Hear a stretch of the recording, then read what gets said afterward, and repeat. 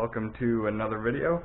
Today I'm going to top up the coolant, and then I'm going to try to bleed all the air out, but I feel like I'm going to have some difficulty with that. Oh, well, you can't really see in here, can you? Where's the light? Here's the light.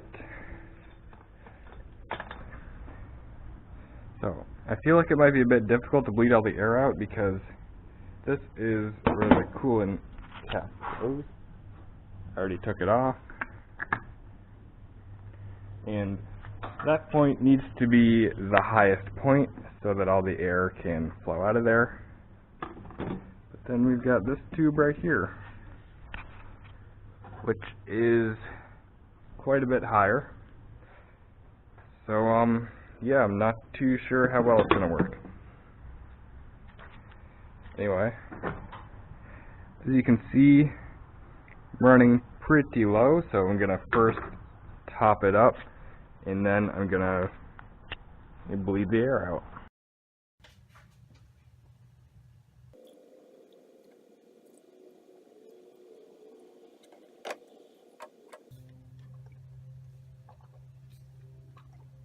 So as I'm squeezing this tubing here, the air is being pushed out and up through so that the coolant can flow back down and in there. Yeah, I'm getting rid of the air bubbles. Sometimes this can be a long process. Alright, I'm going to go ahead and start the truck and yeah.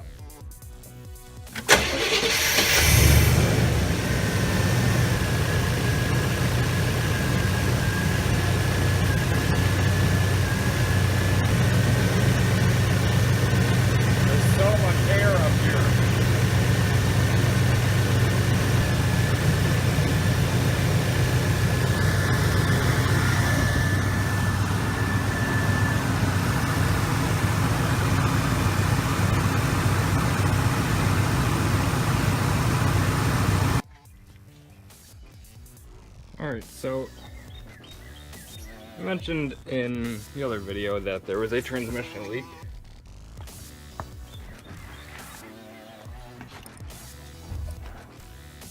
And then I didn't see the leak anymore. But I guess it just had to be driven around a little bit because that is definitely transmission fluid.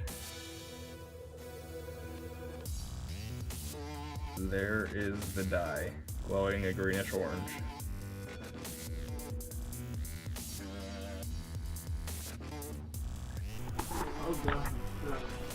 Alright, so now we're going to go ahead and change the brake line that was leaking.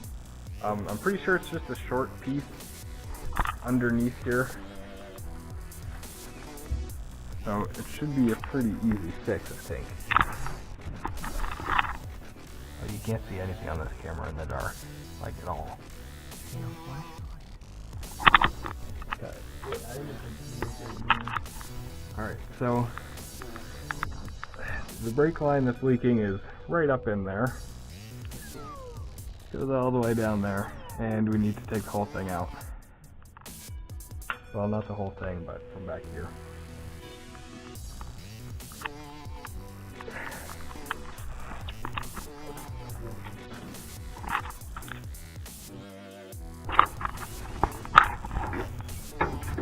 Okay, found me a match. Okay. Okay, there's that. Would you like yourself an extension? No,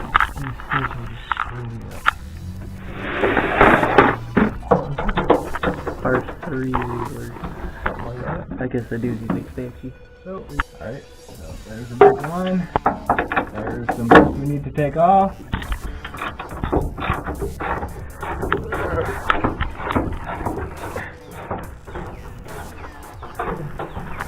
Look at the space under here. You can almost stand up in here. Like it doesn't look that high.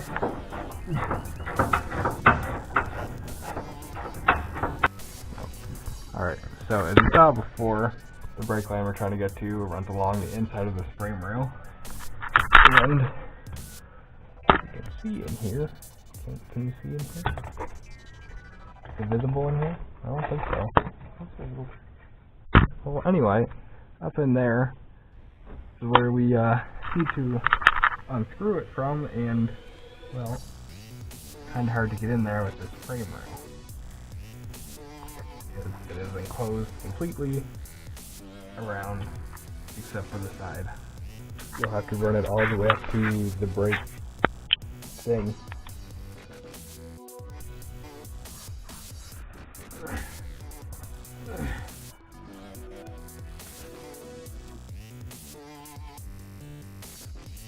Oh, yeah, press it a little farther back.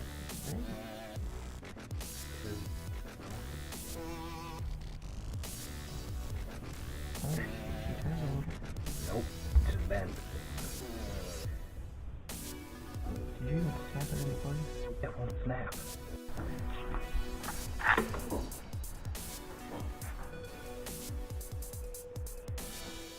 So we got this piece off. It ended up just snapping right there. We tried to cut it, but we got it off, and we decided that we need to replace the entire line all the way down, because the other end was, well, it is even worse than this one.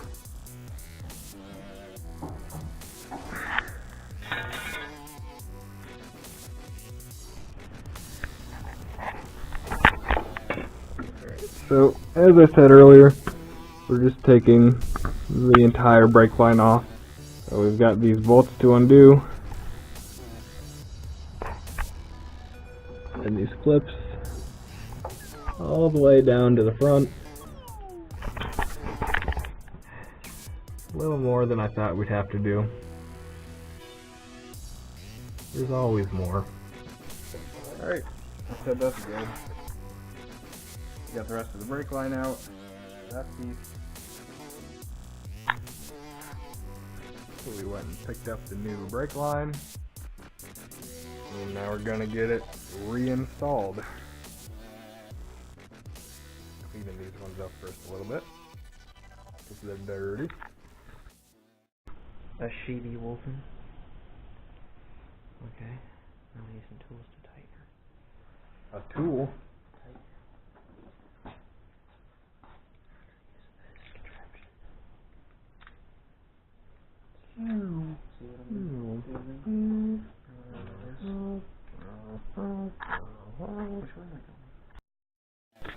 Where'd I put that piece? Oh, right here. Okay. Alright.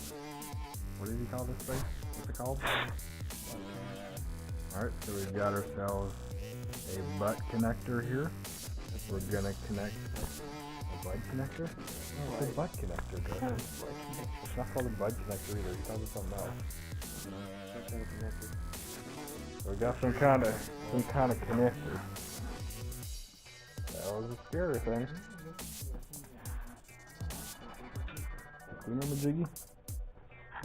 The queen-a-majiggy.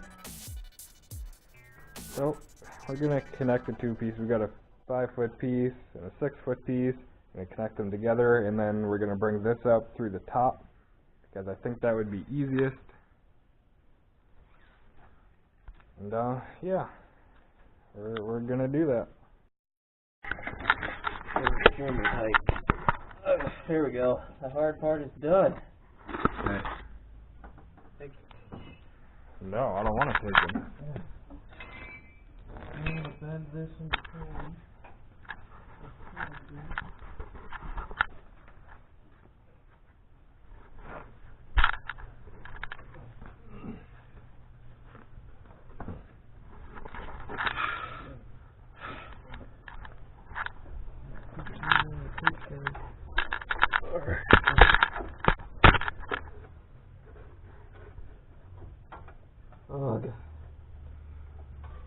Oh, they bend it into place for that clip.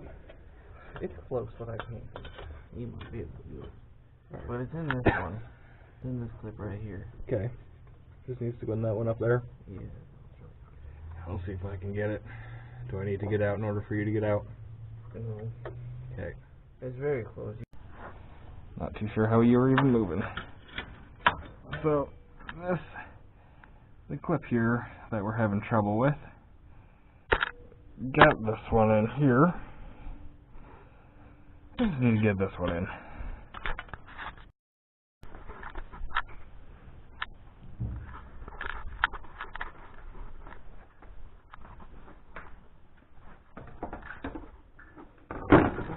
No. That would have been perfect.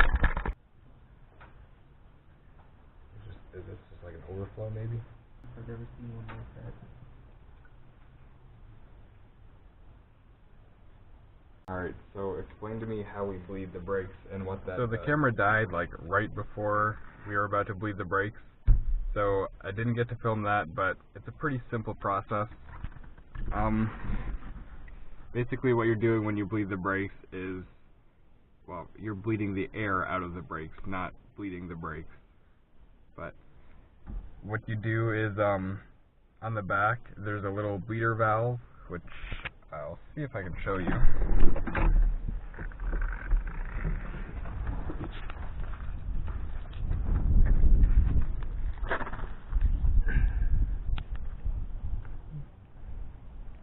Right there's the bleeder valve.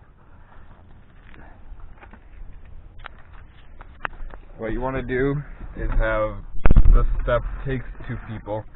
You're going to need one person in the vehicle and one person at the bleeder valve.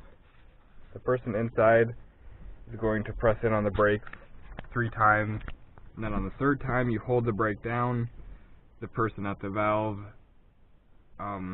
opens the valve, and then brake fluid will squirt out as well as any air that's in there, and you just repeat that until you get a steady stream of brake fluid. So, and because we replaced the whole line, it took a lot longer than it normally does. A lot of the time you only have to replace a part of a line. And that's going to be it for today's video. I'll see you in the next one.